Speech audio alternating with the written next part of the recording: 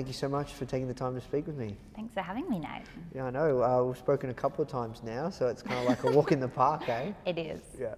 All right. So I guess probably the first question I wanted to ask is, how'd you get your job? Yeah, so I started my first startup, Skinny Me Tea, in 2012. I was 22. I was working full-time in my first ever job out of uni. I just finished my degree like late the year before and had started working full-time as a digital marketing professional in the city in Melbourne, and I guess like straight away as soon as I started working there, I knew pretty quickly that working for someone else wasn't necessarily for me. I didn't know whether there was going to be an alternative to that, but I just knew it wasn't really what I was loving and enjoying. I found it, a bit bureaucratic, I guess. Like your job is kind of to make your seniors look good, not to really do your work. So I found the whole like politics and structure a bit weird of it.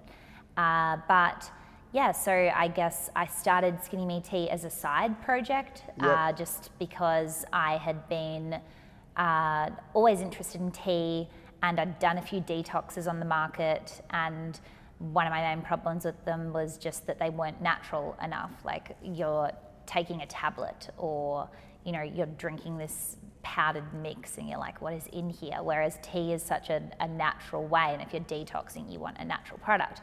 So I was just mixing up my own kind of blends of tea, and some of my friends started asking about them and being like, oh, can I try your like tea thing? And I was like, yeah, I call it a tea-tox, like a detox with tea. And they're like, that's so cool, I want to try it. And then they'd try it and they'd tell their friends about it, and then they'd want to try it, and then people at my work were wanting to try it, and it was just getting really expensive to keep just having to give people tea because I wasn't charging for it yet. And I was like, this is actually expensive to make. Like these are like high quality ingredients. So, and B, it was getting difficult just corresponding back and forth with everyone like via all different platforms. So I just thought like it'd be so much easier if I could just sell this online and not have to kind of be the middleman between everyone. So I basically got on and I Googled how to start an online store, and luckily the first thing that came up was Shopify. And so I opened up Shopify, signed up, there was a free trial at the time, and I just got started creating my online store. And so I think it took me about 8 hours to make our initial website. So it was a quick, easy process. We only had one product, so it kept it quite streamlined, and hit live on the store. And I'd created an Instagram account to kind of go with it because I had just got on Instagram myself and was just really liking the platform, and it was fun. And I was like, yeah, I'll just start an extra account. And when we hit live on the store in our first night, we made 4 sales in our first night. And I was like, oh, this is cool. Like some weekend spending money, that's handy. Like, but they were to people I didn't know. So then I was like, hang on, where did these people find out about my store from? Like, I was confused. I was like, I figured it was just like a few of my friends that I'd messaged saying like, yeah, the store's live, go check it out. It was, completely random people, which was such a cool experience because I was like, who are these people? And they'd come from Instagram and they'd seen our product on Instagram. So I started focusing basically all my time and efforts on our Instagram account, growing through there. And so we refer to ourselves as like an Instagram first company. Like we were basically born on Instagram and started our lives out on Instagram, solely marketing through Instagram. No other marketing methods, only Instagram and influencers. And just using those strategies back in 2012, we were able to scale the store from $0 to $600,000 a month in revenue within 6 months. So it was just some crazy explosive growth, and of course there were all the growing pains to go with that. Yeah, amazing. And I guess before we get into more kind of how others you think, like how others right now like should go about starting their store, creating a brand, or selling an e-commerce product. Can you tell us like what happened next? Because I know that you've started many other businesses. I think people would love to hear about those as well. So you haven't just done this one time, you've done it multiple times. Yeah, so the next company that I started is called The Fifth Watches. And I started that with a co-founder. We launched in 2014, December 2014, and we grew up our pre-list and pre-demand in a similar kind of way using Instagram and influencers. But we had around an 8,000 person waitlist when we launched the store. And in our first day of sales at The Fifth, we were able to achieve over $100,000 in sales. Wow. So, and that was in that day alone, basically. So we're like, okay, wow, this is clearly something that we need to be really focusing on. Yes. And so we kept growing that store, focusing on the same things, just focusing on the things that worked for us and the channels that worked for us, which was still mainly Instagram. And on our first birthday, we did over $1 million of sales in a single day. Yeah, and wow. that is also because that store has a limited sales model, which a time-limited sales model. Yep. Sales themselves weren't that limited. Yep. So basically what we'd do is we were called The Fifth, and we only sold on the 5th of each month for 5 days. And so we're exclusive by time rather than by price, which in a lot of fashion items are exclusive because they've got an expensive price tag. We were able to be exclusive by the fact that there was real scarcity involved because our watches would sell out every month and there was only 5 days to get them. And if you didn't sign up during the month to be notified of sales, then you'd probably miss out. So that was The Fifth, which was startup number 2. And then I started 2 more e-commerce stores, Drop Bottle and Skin Tox. Drop Bottle was an interesting one because it was actually, and this is a method that I'm sure we'll chat about later as well in more detail, but I am very much for growing a market or growing an audience before you launch a product. Yep. So launching that product to an engaged audience. And so with Drop Bottle, it was more of a case of we had a really large audience that we'd already built on Instagram through one of my vertical or niche accounts called Detox Water. Yep. And it was basically just people putting fruit in their water to infuse the water and showing all different combinations and recipes. And it's just a visually appealing subject.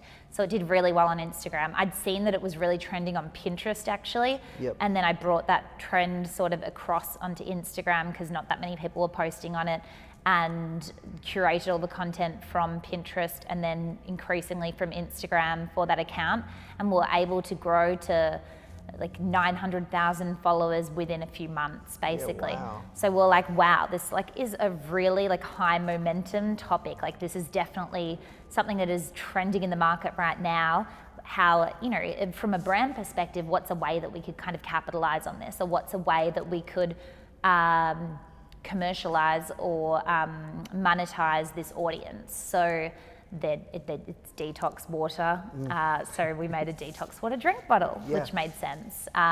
So a fashionable and functional drink bottle with a fruit infuser. So then the people that were already quite interested in this topic, of course, were able to kind of buy into the community in another way. So that was an interesting one because we launched the market before we launched the product, and that was chosen in, I think it was 2016 by Oprah as one of her favorite things, which was really cool because we were front page of Amazon for a week as well, and we'd never done much on Amazon before.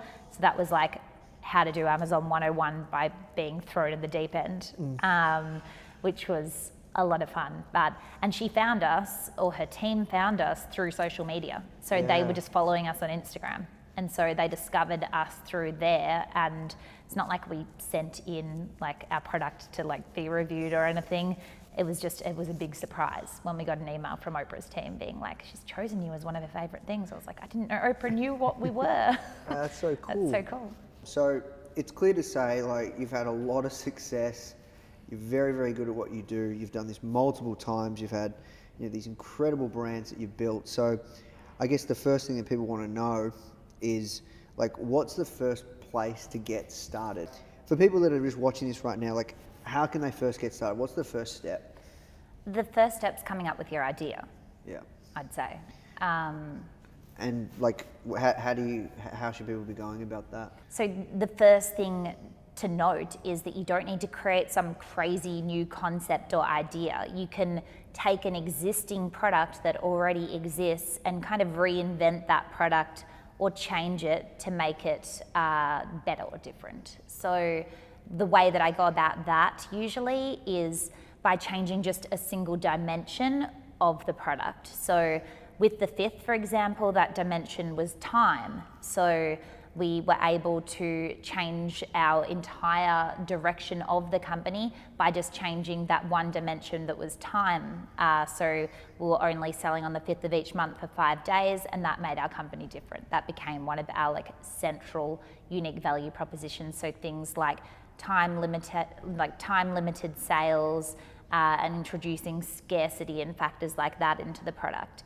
One of the main things that you'll probably usually want to go about changing would be the function of a product. So with Drop Bottle, for example, we took just the average glass drinking bottle and we added that extra function, which was the fruit infuser.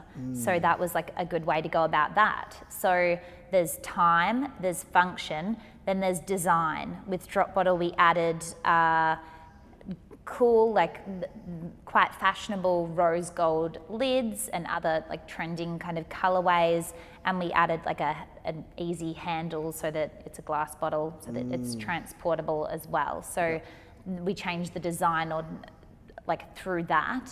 And the last way that I go about generally changing a product would be price. So there's kind of 3 different ways that you can go with price. You can go for lower than the average price. You can go for industry standard pricing, which is in the middle, or you can go for higher pricing, which might signal more exclusivity, like designer items. So you could create a limited edition product that is more exclusive in that it's more expensive, and it might be a limited run of that as well.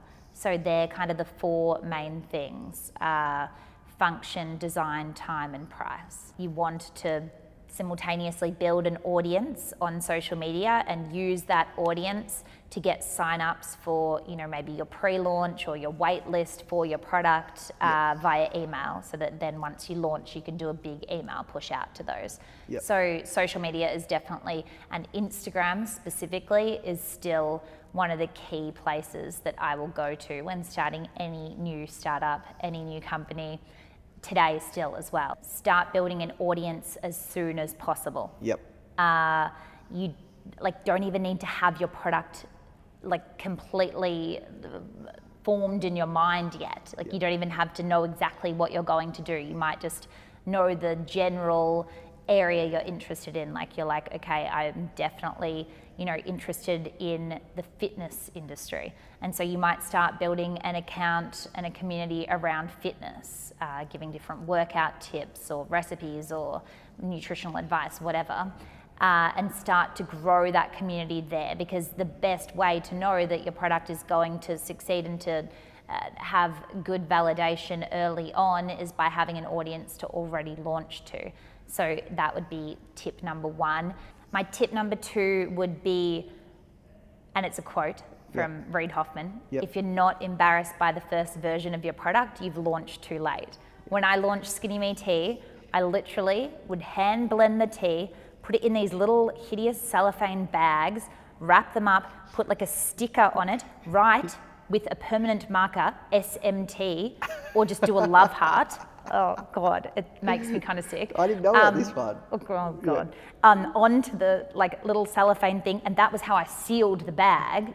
and then I'd put it in an envelope, like literally just like a postage envelope that you'd put a letter in, because it was very flat, so we got to send it out for like $1. And I'd ship it out. People would get this like random mix of herbs in the mail and be like, yeah, cool, I've got my tea. So I think that is just the number one tip. If you're not embarrassed by the first version of your product you've launched too late, it's just about taking those little steps and iterating on those steps to scale. So you do things, you keep doing, you make a mistake, you iterate or pivot a bit, you fix that mistake, and you keep going. It's just problem solving on your feet again and again. So it's not as scary as it could be. Then number 3? Yeah, and then tip number 3 would be build a brand, not a store. Yeah. So there is a huge difference in e-commerce. It's a fundamental difference, and that difference is between building an e-commerce store and building an e-commerce brand. And a store is just something that is there, you have a product on it, you make some sales, you get some money, and drop shipping. It tips. Yeah, exactly. Yeah. Drop shipping would be an example of an e-commerce store. A brand, on the other hand, is something that you're building value into. You're building brand equity, and you're building up an asset that one day you'll be able to sell. So it's a scalable asset. So one definition that's just easy to understand of what brand is a brand is, if you took all your products out of your brand, what value would be left over at the end? And that is your brand. It's things like front of mind positioning that we spoke about. It's scaling brand equity through trust, through influencer relationships. It's consistency and creating a good product experience around your brand. So focusing on building a brand from day one. So they're the 3. Awesome. All right, well, this is a great chat, Gretta. I think, I think people are going to get so much to take away from this interview.